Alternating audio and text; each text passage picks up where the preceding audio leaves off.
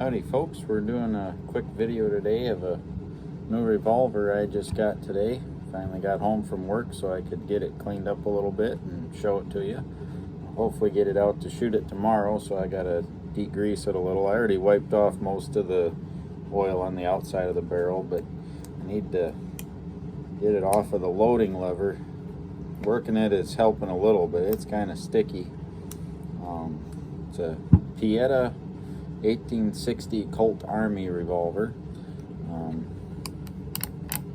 Action seems pretty smooth. Fit and finish on the grip is not all that great, honestly. You can feel a lot of ridges when you're touching along the grip, but seems pretty sound. A little lighter action than my 51 Navy, I think. Oh yeah. Hammer doesn't take quite as much force to pull it back, but let's knock the wedge out and see what the inside of this thing looks like.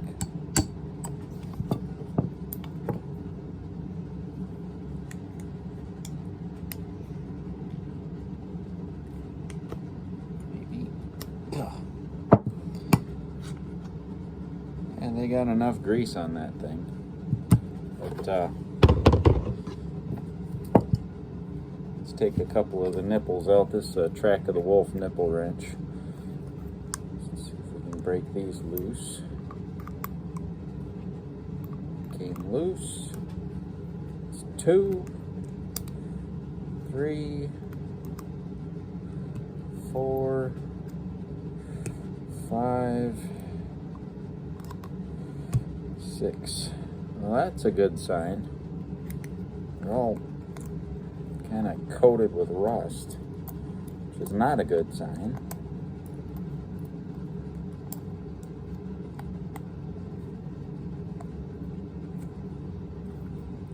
I guess one of them didn't. There we go. Now it's broke loose. The wrench must have slipped off of it. This wrench is fits it good, but yeah, so that's what you can expect. It's not going to focus very well, but yeah, it's coated with rust on the outside. You know, it's got that packing oil all over it.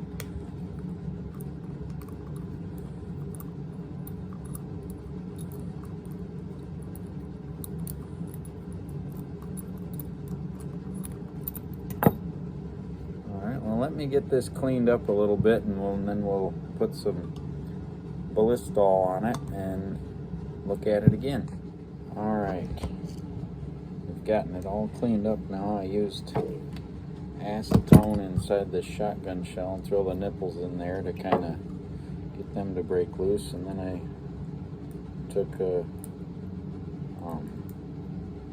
one of these pins off of the Traditions nipple wrench and poked them all out, which none of them were that plugged, just with a little bit of surface rust and some grease. And I cleaned up. I didn't take the actual action part apart. This as far as I disassembled it. Took all the nipples out, got all them all cleaned up as good as I could get them. I cleaned out the inside of the cylinder and everything, the thread holes and everything. And I coated it with all the Ballistol, wiped off the excess, used the anti-seize stick here from CVA. I'm going to have to get a new one of these. I've had this for 10 years probably. Use that on all the nipple threads. And I put some silicone grease on the arbor here.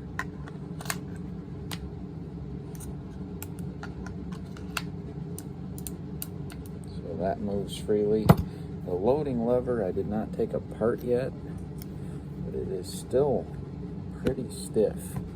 But I think over time that'll work itself loose. Maybe the screw's just a little too tight. I'm really not sure.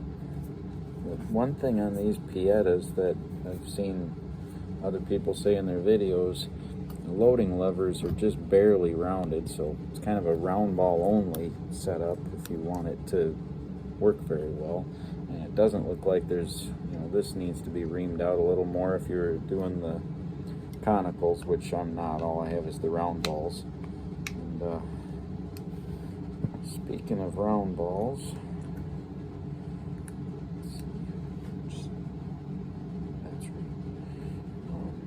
right. There's my mallet here. What did I do with my mallet? Right there.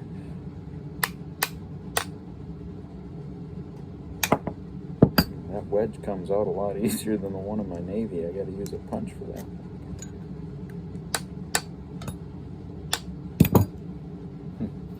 So anyway, got it all cleaned up. Still some ballast all leaking out of places as you handle it, but working pretty smooth. I got a feeling the internal parts might have a little surface rust, but I'll be shooting it tomorrow and probably get the bulk of the cleaning done tomorrow, and then maybe Sunday morning and take the entire action apart. But I ordered a box of 454 Hornady round balls when I ordered the gun, and they had 451s on clearance on Midway a few weeks ago. And I thought, well, I knew I'd eventually be getting a 44 caliber, and if not, I could use thicker wadding and use them in my 50 caliber Kentucky pistol. So I ordered a bunch of these. They were half price. So 451s, they say don't work the greatest, but I've seen people use them on YouTube. It seems like it works okay. Yeah, I don't see why that wouldn't work. Yeah, they don't fit in the chamber. They don't just slide in, so it should seal the chamber okay-ish. But I thought for the price, if I got to smear extra lube on them, I don't care. Let's see, what else do I need to say? Well, just offhand, comparing it to the Navy, obviously I haven't shot it yet, but the Navy, I like the grip a little better. This feels a little big and a little weird. Like I said before, this is pretty flush with the frame on the Navy. Not so much on the Army here, but definitely a fun feeling gun. I have to try it in a holster here quick. Be right back.